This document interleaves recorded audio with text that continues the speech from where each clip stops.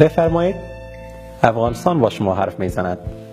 سلام وطن عزیزم، آیا خوبی؟ نه فرزندم، خوب نیستم، به مداوا نیاز دارم. مگر چرا؟ تو کجا شدی؟ چی اتفاق افتاده؟ من همین جایم، همان جا که بودم. سالهاست بر وجودم زخم میکارند. خستم. مگر چی مداوایی؟ چگونه؟ چی باید کرد؟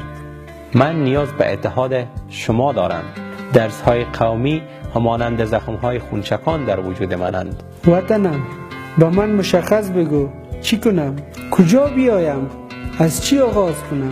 من گفتمت من همین جایم، همان جا که بودم.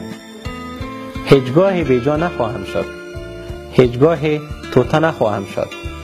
بابا و هندوکش استوارند. تو سرگردانی، خودت را از سرگردانی برهان. صادق باش و به افغانستان بیندیش. کمتر بپرس که من به تو چی میتوانم بکنم.